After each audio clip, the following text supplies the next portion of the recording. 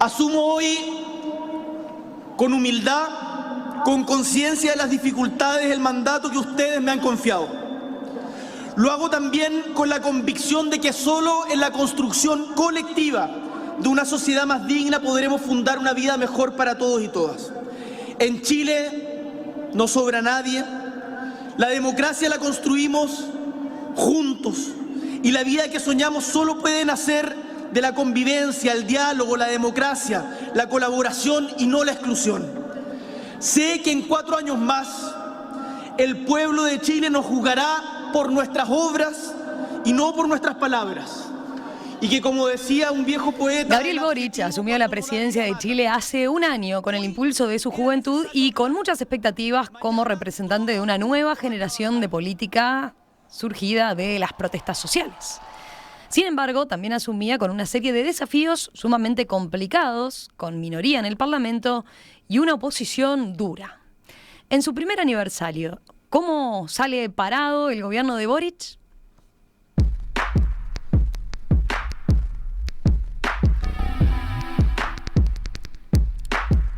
A lo que fue este primer año de gestión se pueden mencionar algunos hitos. Tuvo, por ejemplo, un duro golpe con el fracaso de la reforma constitucional, a la que el propio presidente estuvo muy asociado.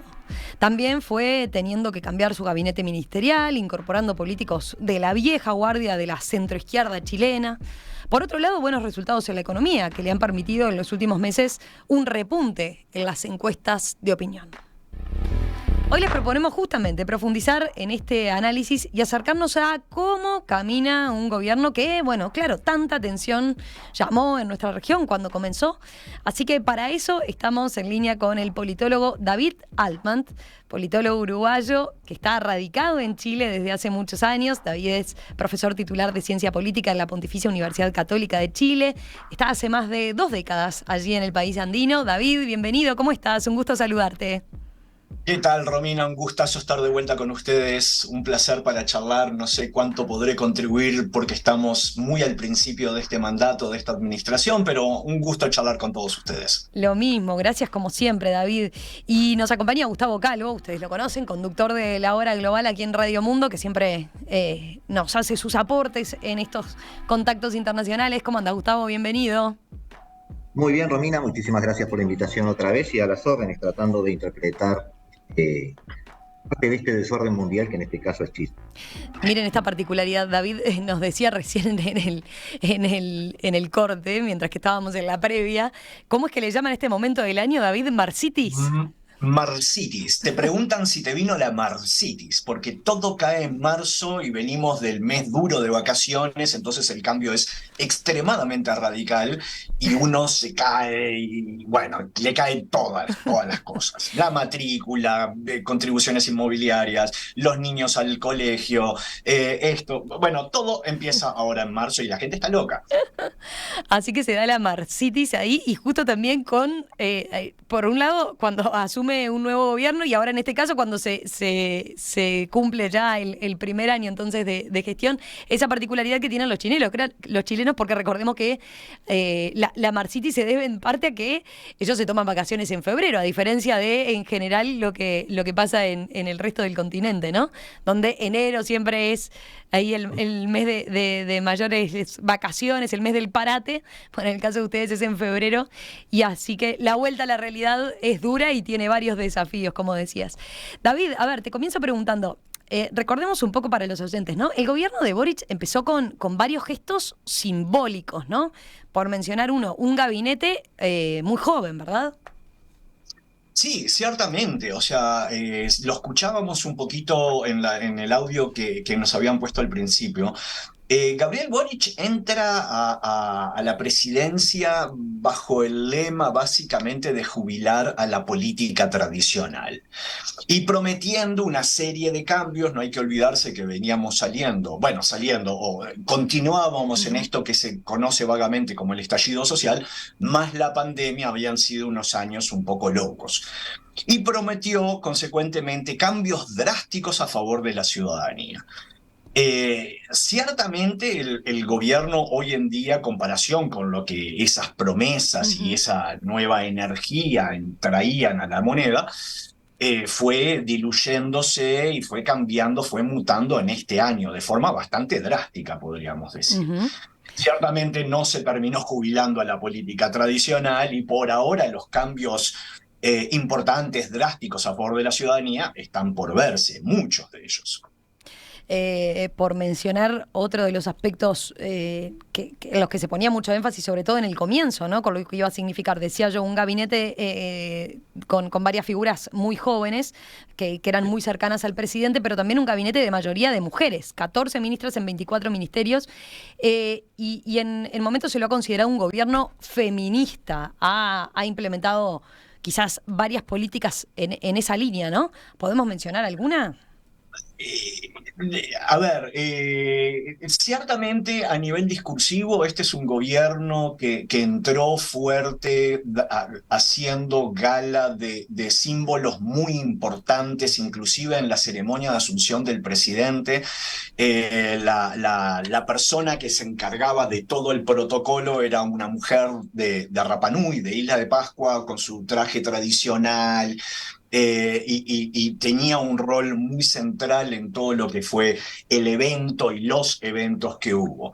Y tal como vos decías, el primer gabinete tenía un componente fuertemente de mujeres, que eran mayoría, y ciertamente era el grupo más cercano a Boric, que lo acompañó desde el estallido o inclusive antes del movimiento universitario. Boric, no se Ujú, olviden que ha claro. sido un líder del movimiento universitario, ya las manifestaciones del 2010, 2011, que también generaron olas muy importantes, y ese núcleo cerrado, muy cercano, fue el Clasune. Obviamente esto cambió a la mitad del camino.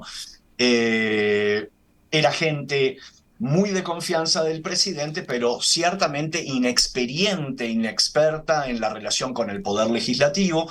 También tenían muy poca llegada con la oposición, en cierto sentido por el rol que habían tenido también durante el estallido social, Ajá. algunos de los cuales no quiero decir que incentivaban, pero ciertamente estaban en lo que se consideró una primera o segunda línea del estallido. Pensemos en una figura que había tomado una relevancia bien importante en el comienzo, ¿no? Como Isquia Siches, quien asumió en su primer momento como ministra del Interior, ¿no? Y Claro, claro. a los 6 meses duró en su cargo, ¿no? Ya desde un comienzo su gestión fue muy cuestionada, ¿no? Cometió varios errores, uno de ellos a pocos días de asumir, incluso visitando territorios mapuches, en la Araucanía, donde a veces no entra ni la policía, y bueno, la sacaron a tiros. También dio información falsa sobre el jerarca del Interior, el ministro del Interior, que estaba en el gobierno pasado, en el gobierno de Piñera. Eso también le llevó a ser muy cuestionada y finalmente terminó siendo relevada, ¿verdad? Absolutamente, y ese es posiblemente uno de los ejemplos más icónicos que tenemos del primer cambio sustancial de gabinete, es la salida de Isquia, el enroque de Giorgio Jackson a un ministerio sectorial de segunda línea.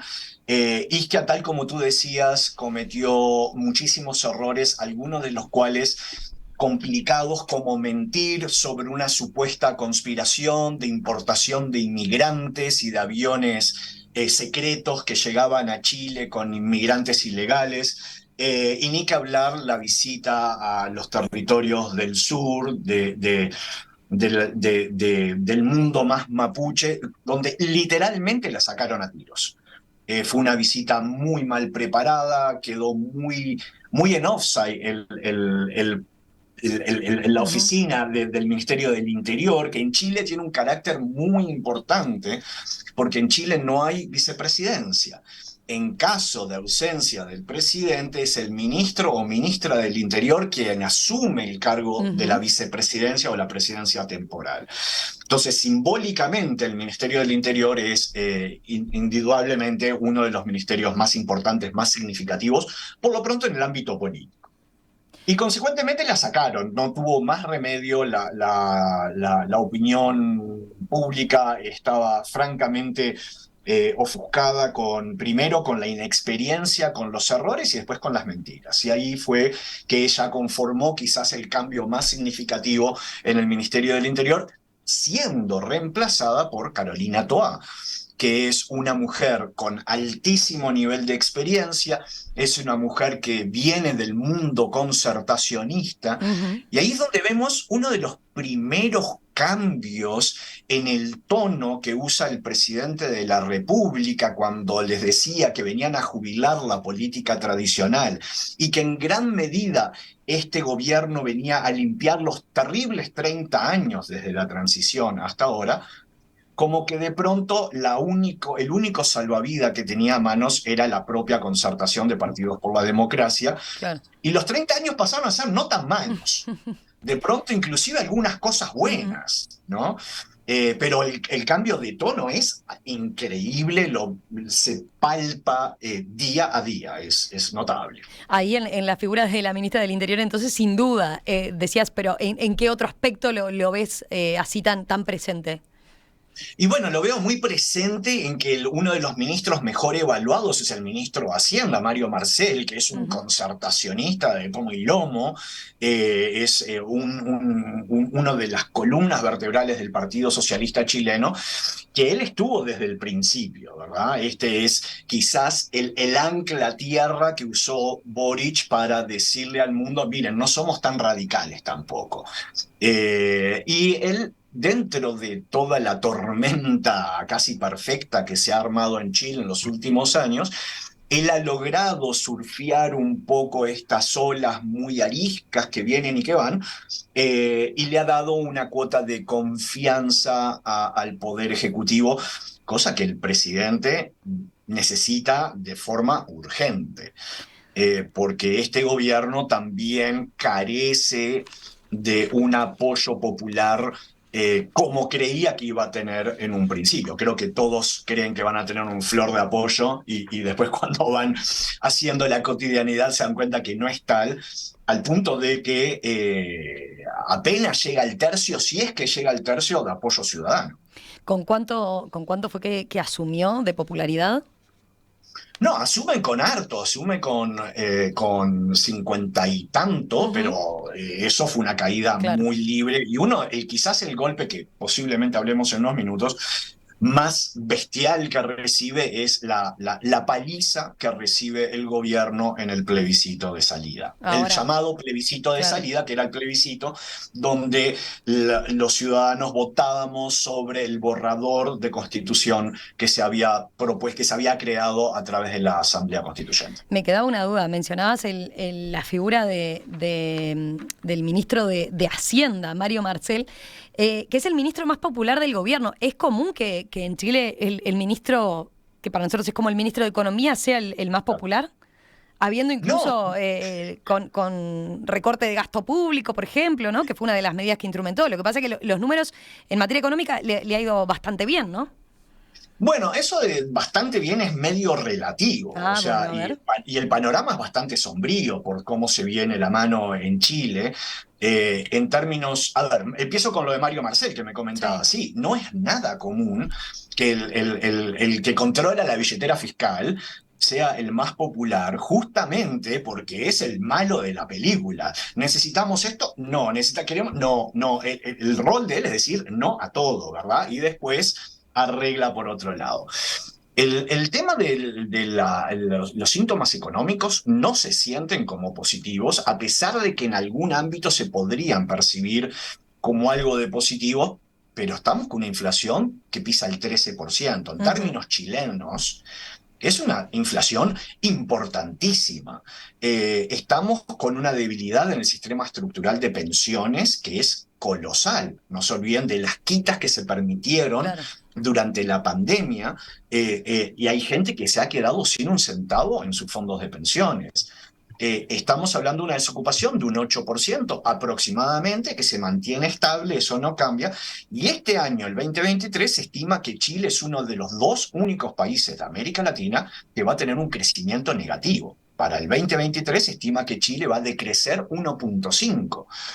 Es muy fuerte, de acuerdo al ¿cómo ponerlo?, al ethos chileno tradicional que hemos vivido del tigre de Sudamérica, de la economía saneada, de este nivel de inflación, este nivel de crecimiento es muy bajo. De hecho, el Claro. 2022 cierra como uno de los países con menor crecimiento de todo el barrio. Eso no. Y la gente está muy nerviosa. La Ajá. gente, bueno, ni que hablar esta semana, particularmente por toda la crisis bancaria que viene del norte, pero en general la gente está muy nerviosa en relación a la situación económica. Gustavo, ¿vos tenés algún comentario para hacer o Sí, alguna pregunta para David a bastante propósito? los Sí. voy a decir un poquito de corrido porque hoy estoy bastante constreñido de tiempo, pero ya fui haciendo un esquema con lo que hablaba David y de alguna manera quiero retrotraerme un poco en el tiempo. 11, 12, 13 meses antes de que asumiera Boric, Pedro Castillo asumió en Perú y en aquel momento hicimos una mesa y mi único comentario, porque había muchas incógnitas, es me temo que estoy viendo un callejón sin salida. No estoy haciendo comparaciones entre ambos, pero es cierto que lo que principalmente me llamaba la atención en el caso de Castillo y de Perú era una palabrita que es la que algunos analistas confunden a veces. Yo hago referencia a la fragmentación política. No es lo mismo que la polarización. El gran cuco de muchos análisis en los últimos años es la polarización política, cosa que no me molesta porque muchas veces eso traduce partidos fuertes. De alguna manera, un caso paradigmático hoy es Argentina, donde a pesar de todos nuestros prejuicios, la polarización política hace que los bloques se mantengan bastante fuertes en la resistencia institucional, podemos llamarlo así. Boric pasó un poco lo mismo. Cuando Boric asumió, a mí me hicieron ruidos tres cosas que después terminaron siendo mi criterio, las madres de todas las tormentas. En primer lugar, Boric y una serie de amigos en algunos casos, colegas en otros, muchos de ellos intelectuales, muchos de ellos estudiantes, surgieron de lo que podríamos llamar en forma romántica el clamor de las calles. Y desde la Revolución Francesa hasta nuestros tiempos sabemos que con el clamor de las calles hay revoluciones, con el clamor de las calles se producen cambios, pero con el clamor de las calles no se gobierna. La segunda cosa que me hacía mucho ruido en aquel momento era la forma en que se concertaban todos los discursos en cuanto a que el demonio en la escena política chilena era la Constitución. Pero el 90% de los reclamos que se hacían no eran reclamos que se atendieran por la vía constitucional. Eran simplemente reclamos que podrían haberse solucionado vía ley, vía decreto y en algunos casos regulaciones internas, ni siquiera eso. Por lo tanto, había una identificación, yo pienso que en ese momento incentivada, una identificación de esa constitución porque tenía detrás una simbología histórica, donde ahí sí hago una excepción a lo que dijo David, ahí sí hubo en esa época tan nostálgica para muchos y condenada por otros, sí un ministro de Economía estrella. Después sí, después los presidentes tomaron las postas. Pero ese afán constitucional, de una manera, dejaba de lado lo que deberían haber sido las reales reformas, que podrían haberse dado quizás gradualmente. Muchos de los gobiernos que han pasado, porque recordemos que no solo estuvo Piñera en el poder, estuvo Lagos, estuvo Bachelet, estuvieron presidentes que tenían un cariz de izquierda, socialista y una sensibilidad social diferenciada. La tercera cosa que me hacía mucho ruido en ese momento era justamente esto que yo mencioné, cómo las encuestas estaban dando una fragmentación acelerada. Si bien las constituciones latinoamericanas son constituciones abiertas, trabajadas sobre la base proporcional, es decir, cualquier partido, de hecho, con determinada cantidad de votos puede acceder al Parlamento, estamos hablando de que hoy el Parlamento tiene, en teoría, 21 partidos. Es decir, estamos hablando de que un presidente llega al poder cuando en la primera vuelta, que es donde se hace todo el diseño legislativo, parlamentario de un país, no llega al 30. No llega al 30, estoy mirando un poco los números. Pero lo mismo sucede al otro extremo. Su gran contendiente tampoco llega a 30. En el medio, 10, 11, 12, 7, es decir, una gran fragmentación política que conlleva un peligro obvio. La segunda vuelta va a ser votar al que más cerca puede estar de nosotros o quien mejor ha negociado con nosotros. Y ahí caemos en la trampita, cayó Boric. Ahí caemos en la importancia de las coaliciones para gobernar. No es lo mismo armar unas coaliciones entre partidos que tienen un 30, un 40, un 20%, que partidos que tienen un 7, un 5, un 2, que además son 11 partidos en el caso de las coaliciones gobernantes. Además, dentro de esa coalición gobernante, hay coaliciones dentro de coaliciones, porque no es lo mismo la coalición armada del Frente Amplio, el Partido Comunista y los socialdemócratas, por ejemplo, la concertación. No es lo mismo. Y esas cosas se pagan cuando empiezan a caer las leyes en el Parlamento. Algo paradigmático fue lo que sucedió este 8 de marzo, cuando se presentó una reforma fiscal, sabiendas de que toda la derecha iba a votar en bloque. La reforma no sale por ausencias de legisladores de izquierda. Y todo sonó a demasiada improvisación. Vamos a hacer una pausa, si les parece, y retomamos con esos puntos que marcaba Gustavo de alguna manera. Por ejemplo, lo que significó este año para Boric en cuanto a el fracaso del plebiscito constitucional y esa reforma que se anunciaba, la reforma tributaria que se anunciaba como, bueno, uno de los principales cambios que quería impulsar y que terminó fracasando. No quiere decir que esté descartado, pero en un primer intento no prosperó y de eso dependían varias de las políticas que el propio gobierno de Boric quería llevar adelante. Así que enseguida continuamos conversando con David Altman, politólogo uruguayo radicado en Chile hace 20 años, y con Gustavo Calvo, conductor de La Hora Global. Hoy aquí en Perspectiva estamos instalados en Chile porque el 11 de marzo se cumplió el primer año del gobierno de Gabriel Boric, que tanta atención concitó en la región cuando asumió como representante de una nueva generación de políticos de izquierda.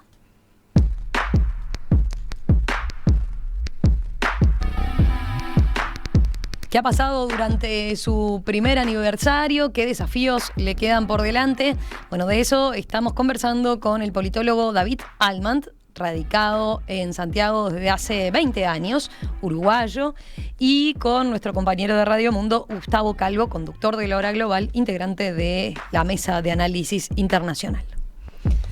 David, te consulto ahora por estos aspectos que mencionaba Gustavo, ¿no? Dentro de, si miramos lo que fue el primer año del gobierno de Boric, claramente entre los golpes que ha afrontado, uno de los más fuertes fue el fracaso del plebiscito constitucional, ¿verdad? Boric estaba muy atado a este proyecto de reforma. Recordemos, estamos hablando de la reforma de la Constitución chilena, que venía de la época de Augusto Pinochet, que era un reclamo surgido de las protestas sociales de 2019. Pero la población rechazó el proyecto en particular que se puso en consideración, y esto, tú mencionabas, incluso tuvo que ver con la caída de la popularidad del propio Boric, ¿no? Bueno, él se pegó muchísimo al resultado de este plebiscito de salida, como se le dice acá. Incluso algunos de sus ministros, como George Jackson, dijo que el programa del gobierno dependía del triunfo del plebiscito.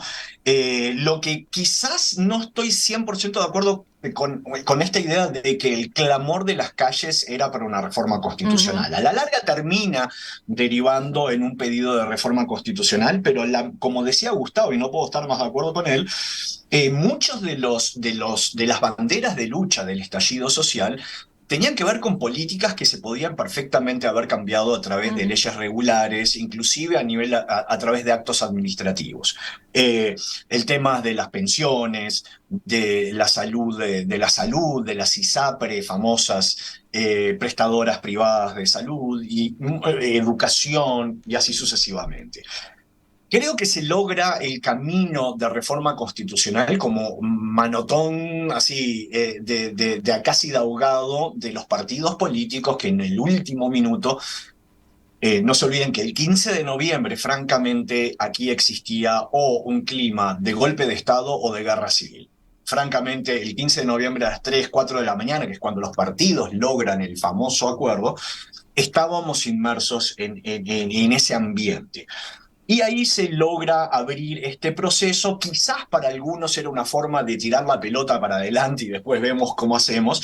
Para otros Seguramente. y para otros era algo absolutamente sincero. Respecto a lo que decía Gustavo de la fragmentación, acá es súper interesante comparar Chile y Uruguay, porque en cierto sentido es algo que lo veo con mis estudiantes, lo veo en mi propia investigación. Dependiendo cuál sea nuestra pregunta de investigación, Gustavo hablaba de esta fragmentación bestial que hay en el Parlamento chileno, pero en cierto sentido las podemos entender estos partidos como sublemas uruguayos o como listas al Senado, ¿verdad? Donde el gran lema podría ser el Frente Amplio o la Concertación, que tiene distintas listas al Senado que compiten entre ellas, a veces se sacan los ojos, por cierto, eso no me cabe la menor duda.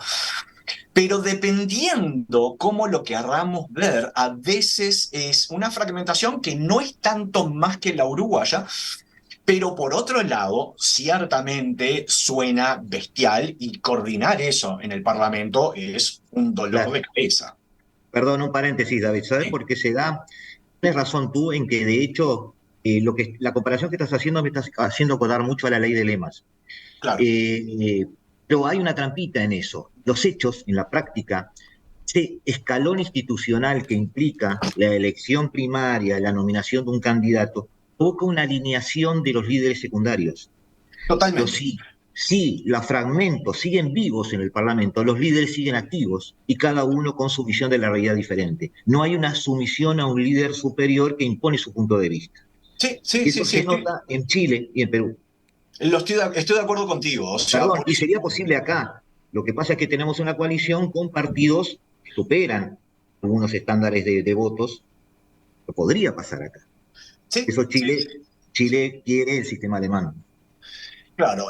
No. O sea, a ver, Chile y otra cosa que ciertamente quería subrayar de lo que tú decías es que se generó como un fetiche del cambio constitucional, Mm. que ya había sido reformado, si bien la arquitectura original es heredera del régimen dictatorial de Pinochet, ya había sufrido 300 y tantos cambios a lo largo del camino. Inclusive el sistema electoral, que es la forma más primaria de distribuir el poder político, ya se había reformado con el gobierno de Bachelet. Una reforma que, si me preguntan a mí, creo que fue terrible y que en cierto sentido es la responsable de la poca coordinación política que lleva al estallido social, porque se hizo un énfasis súper conservador en cierto sentido, vamos arriba con los independientes. No, los partidos son un mal bicho, casi faltaba que dijeran eso en la reforma electoral aprobada por Bachelet,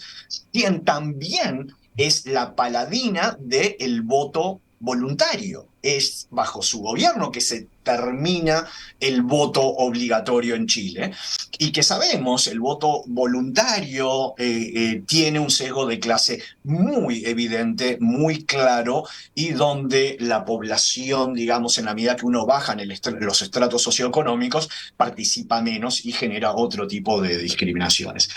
Entonces, bueno, acá vemos como hay una herencia, esto no es todo casualidad, no es que fue 100% espontáneo, hubo razones que determinaban mayor o menor medida. Ahora, ciertamente, el plebiscito de septiembre fue una paliza.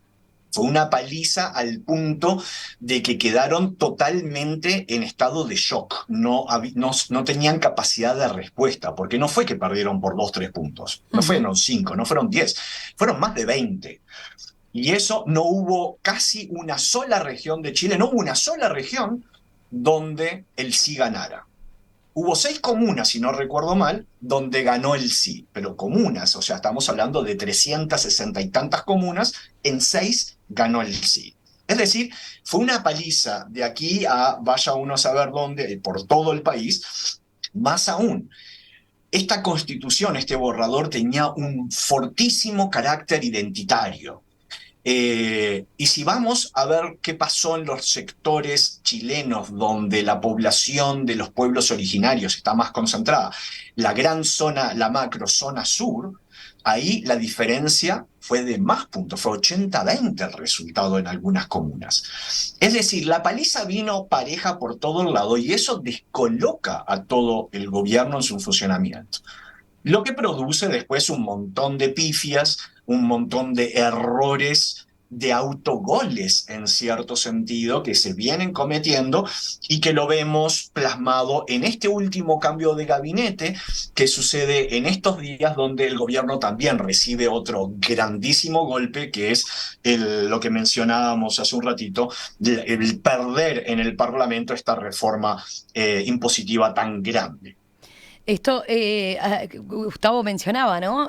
No logró las mayorías, hubo abstenciones incluso en el momento de la votación que hicieron que fracasara este proyecto. ¿Cuánto condiciona lo que va a ser este próximo año el hecho de no poder implementar justamente esa reforma tributaria, que era lo que le iba a dar recursos para implementar algunas de las reformas sociales que quería llevar a cabo, ¿no?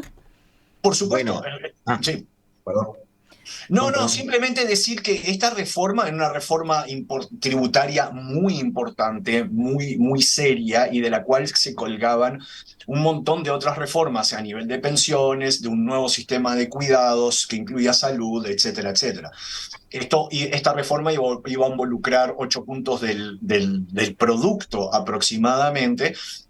No salió, se sabía, y acá viene otra descoordinación con el Ministerio General de la Presidencia, cómo no coordinaron con el Parlamento previamente, no contaron los votos, y lo peor, fue propia gente de su concertación, de su coalición, que sale de sala para no votar.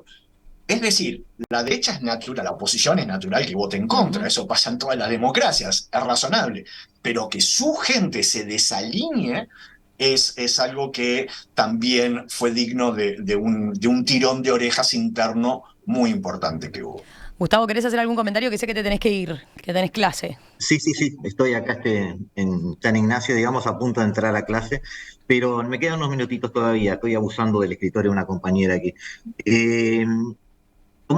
Hay muchas cosas importantes que agravan las situaciones. Uno sigue siempre apostando al aprendizaje. Decía David, la Constitución fue una paliza, el tema de la Constitución. Sí, fue una paliza, pero está agravado por algo más.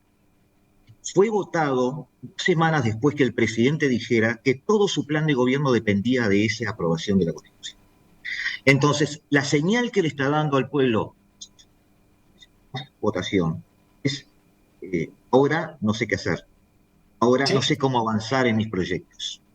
De hecho, lo que ha sucedido, me quiero adelantar porque como me tengo que ir, quiero adelantarme quizás a una pregunta tuya, lo que ha sucedido en este año de gobierno donde sí hubo algún logro, es decir, en el régimen de salud, por ejemplo, se avanzó en la gratuidad, se dejó el tema de copago lado, por ejemplo, se avanzó en un aumento de los salarios mínimos que da un piso bastante interesante a los que tienen más bajos, pero hasta allí.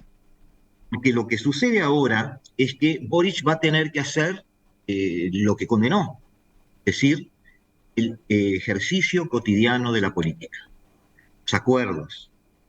Es sintomático, además, y bastante triste para el partido de gobierno, que luego de la votación del 8 de marzo hubo senadores que salieron a pedir la empatía de la derecha para poder llevar adelante sus proyectos. Es decir, la derecha va a votar lo que tiene que votar como hace cualquier oposición. Como lo hace acá, por ejemplo, el Frente Amplio en Uruguay, es decir, tiene su punto de vista y vota algo que el gobierno proponga, si le parece que camine, si no, no tiene la obligación de votarlo.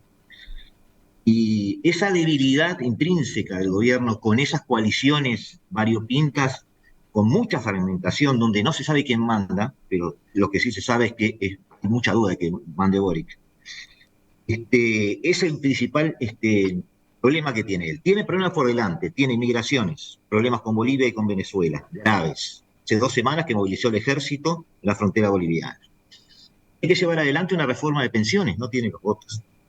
Tiene que llevar adelante una reforma de salud para hacer una especie de sistema integrado de salud muy similar al que tenemos aquí, por ejemplo.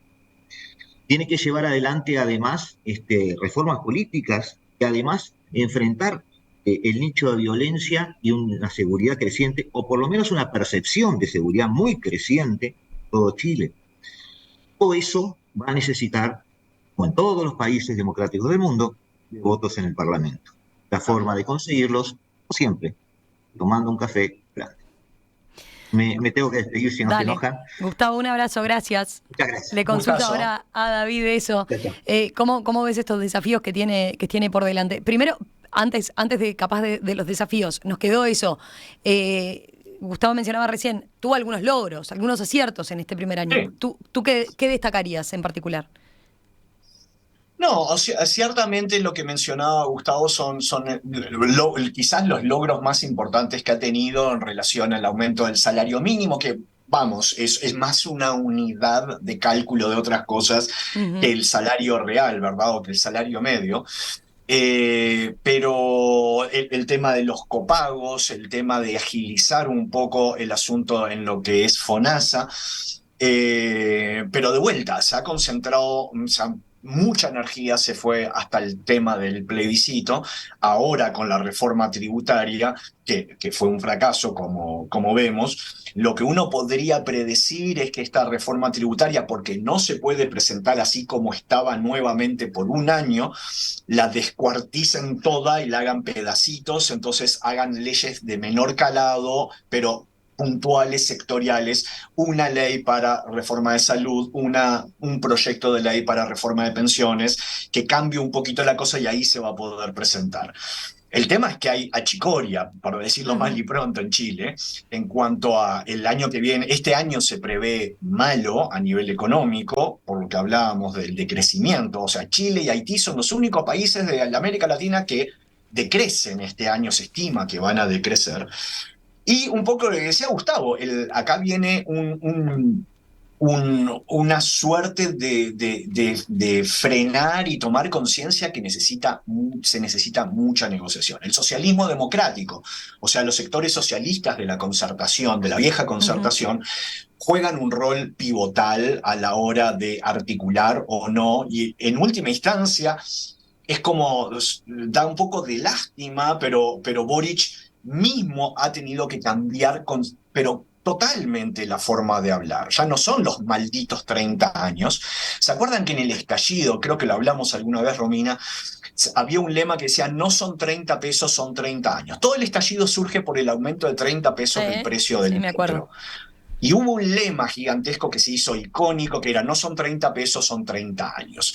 Boric era uno de ellos que clamaba esto. Y ahora nos damos cuenta, se da cuenta quizás, de que estos 30 años no fueron tan bestialmente malos. Es más, que tienen un lado muy positivo de crecimiento, de reducción de la pobreza, etcétera, etcétera.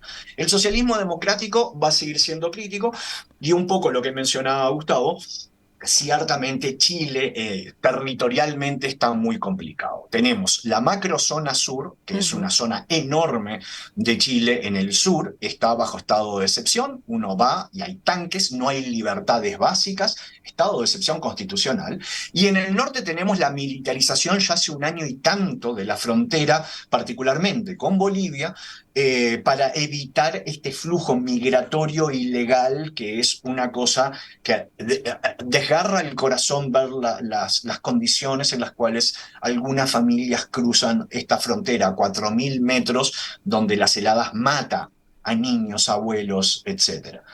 El tema migratorio es un tema, inclusive ahí lo vemos con el mismo Boric, cuando hace un año, 2 años atrás, hablaba y decía, son todos bienvenidos, no me importa que tengan papeles o no. Hoy Boric está diciendo que sí migración, pero regulada al máximo. La población migrante en Chile ya pisa los 2 millones, o sea, casi un 10%, poco menos del 10% de la población, de los habitantes de la República son migrantes, y entre cientos, no se sabe muy bien, porque obviamente son ilegales, pero entre 100.000 o 200.000 ya estamos hablando de una inmigración ilegal que viene, y en el norte tenemos focos de violencia muy complicada, que se suman a los focos de violencia en el sur, que se suman a la sensación de vulnerabilidad por el crimen organizado. Se habla de maras en Chile, se habla del Tren de Araguá, esta organización protomafiosa venezolana que ya está instalada en el norte de Chile. En fin, el clima está muy complicado, y si a esto le metes un poco de decrecimiento económico y una sensación de ajuste, es un cóctel no muy simpático para un gobernante. O sea, yo no lo envidio, pero un centímetro al presidente Boric. En eso veíamos claramente su popularidad cayó mucho en relación a cuando asumió. Ahora igual en las últimas encuestas se estaba repuntando un poquito, ¿no? Sí, ha repuntado un poquito, pero todavía estamos en el margen de error. O sea, si vos haces el año entero, ves que hay una caída importante. Ahora, la subidita o no, si miramos los intervalos de confianza, todavía estamos en los márgenes No de hay error. nada O sea, que explique ese cambio más que un posible margen de error, digamos. sí, quizás una sensación, verano, vacaciones, vaya uno a saber, hay muchas cosas que hacen de enero y febrero o meses distintos y controlar por eso no es tan fácil tampoco. O sea, lo podés controlar mirando todas las presidencias al año de su mandato y ciertamente Boric es el presidente desde la transición democrática al día de hoy que tiene menor aprobación presidencial al mismo tiempo del mandato. David Altman, politólogo uruguayo, radicado en Chile desde hace 20 años, profesor titular de Ciencia Política en la Universidad Católica de Chile. David, muchísimas gracias. Como siempre, un placer charlar contigo. Volvemos a hacerlo en cualquier momento si no tenés inconveniente, porque siempre está bueno seguir estos procesos y interiorizarnos ahí de primera mano, entonces. Muchas gracias, Romina, por tenerme. Saludos a toda la audiencia y ha sido un gusto compartir con Gustavo y, como siempre, estar contigo acá. Un abrazo y gracias. Y suerte con el Marsitis. Ay, sí, gracias. La Marsitis. La Marsitis. Un abrazo, gracias. Chau.